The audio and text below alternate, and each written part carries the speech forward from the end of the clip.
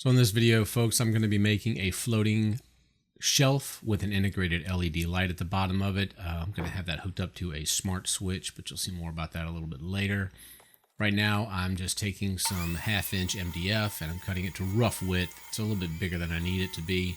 I'm going to trim it down a little bit later. Right now, I just want to get things to a rough dimension, checking it out, make sure it's a little bit longer than I need it and a little bit wider than I need it.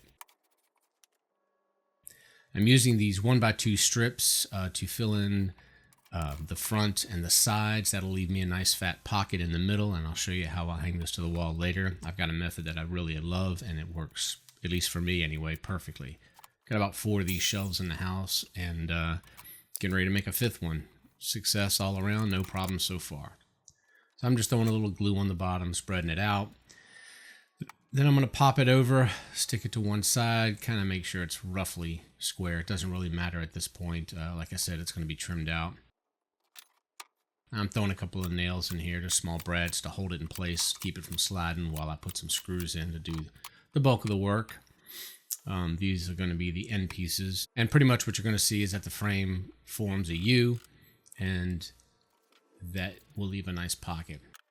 There's some screws and a countersink. Putting that all together, putting the top on now. A little bit of glue, spreading it out. And I'm going to take the top part or bottom, it doesn't really matter, they're exactly the same. A couple of brads again to keep it from sliding around. Drill some pilot holes, countersink them, and yeah, don't forget to subscribe. Countersink those holes and drop some screws in there, pretty much to hold everything together while the glue sets up. This ain't going anywhere. I did throw some screws along the bottom. I don't know if I got the footage of that, but we'll see in a second here. And let's move on to the next phase. Here it is all done. You can see it's not exactly perfect on the edges. And there's my son, Joey. He's helping me out here, pulling it, or rather holding it as I push it through. Cleaning off the front and make it nice and flat and straight and perfect. Then we're going to flip it over. Turn it around and cut it to final dimension. This gives me 2 parallel ends, nice flat flush and perfect. A lot easier to do it this way than to try to make it to the right size. Now I'm going to cut that groove for the LED light, which you'll see in just a minute here. I'm using one of these spare 1x2s as a straight edge and a couple of scrap blocks that just happen to be the right size that I want to keep it in from the left and right. You see my little trim router there. I'm using some paint sticks to give it the first depth, just to cut it. I don't want to go too deep too fast. And yet I know about the dust collection. I'm working in a temporary space right now, so I don't have all the stuff I need. There's a ton of dust right there. It's gonna, I'm sure, come back to bite me in a few years, but I go ahead and use my shop vac and clean everything up here and get it nice and ready. Now, it just so happens that 2 paint sticks stacked on top of each other, 2 on one side, 2 on the other, give me the exact right height I need, or rather the right depth that I need. So I use that to set the final depth. I come over, and this time I use my brain and use the shop vac to clean the trough out as I go forward. And go through one time and make it to final depth. And there we go. Get it all cleaned out, and there's the groove that's going to hold the LED. Doing a little palm sanding to pretty much get it smooth. Not perfect, but smooth enough. And I'm very familiar with Bondo. I've done a lot of body work on cars in my time, so I'm comfortable with it, and it works really well for this type of application where I'm going to fill in all the holes, and I don't want any drying or splitting or cracking. And you can see I've already got it across the front to kind of fill in the layer lines between the bottom, the 1x2 in the center, and then the top piece. It does a really, really good job. You can see it right there drying out. And then I'll sand this down a little bit, fill in some big scratches, and then hit it with a couple of coats of Kills Primer, which is coming up here. There's me sanding it down. Doesn't take too long.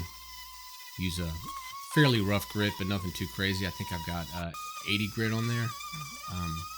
Yeah, I think it's 80 grit that knocked it down. And then I finally go over it with some 80 grit by hand, using it on a piece of flat wood there, glued on there. This makes sure that it's smooth and not too wavy because, I mean, let's face it, the orbital sander, while it does a great job, there's not a lot of surface area to maintain a flat and even sanding surface when you're done. So that straight edge really helps. Couple of coats of primer, couple of sanding coats in between there, and now I'm ready for the final finish, which I'm doing a nice flat black. I like to use flat black and then put the final sheen on it with a clear coat afterwards. It protects it and it gives me more control over the sheen. And you can see right there what it's going to look like. Got the LED lights ready to go. Drilled a little pilot hole. I'm pulling the wire through right here. Getting everything lined up. Getting on one end, and I had a little bit of a hard time getting this blue protective film off the sticky side, and kept wanting to pull the stickum off.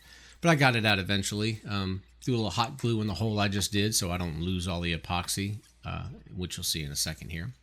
Went through and fed it in nice and pretty and straight, and cut it to the right length and finished it off, and it worked out perfect. And I got a little epoxy with just a little bit of white epoxy ink in there, epoxy dye, and I wanted to make it slightly opaque, and you can see where it looks cloudy, and that's intentional.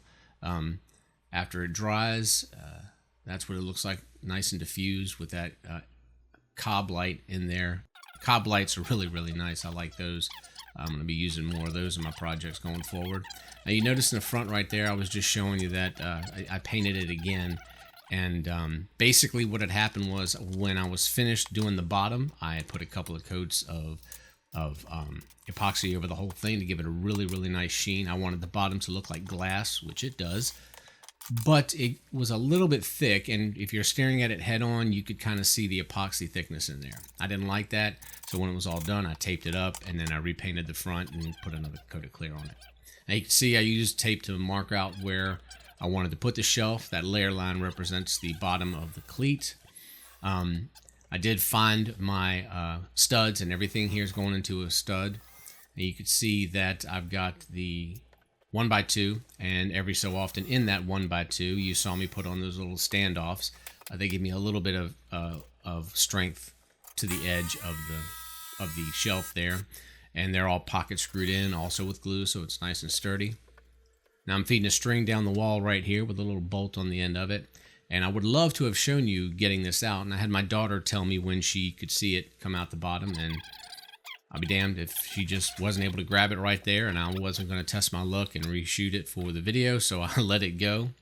And I'm pulling stuff through here and getting the wires all the way down to the bottom.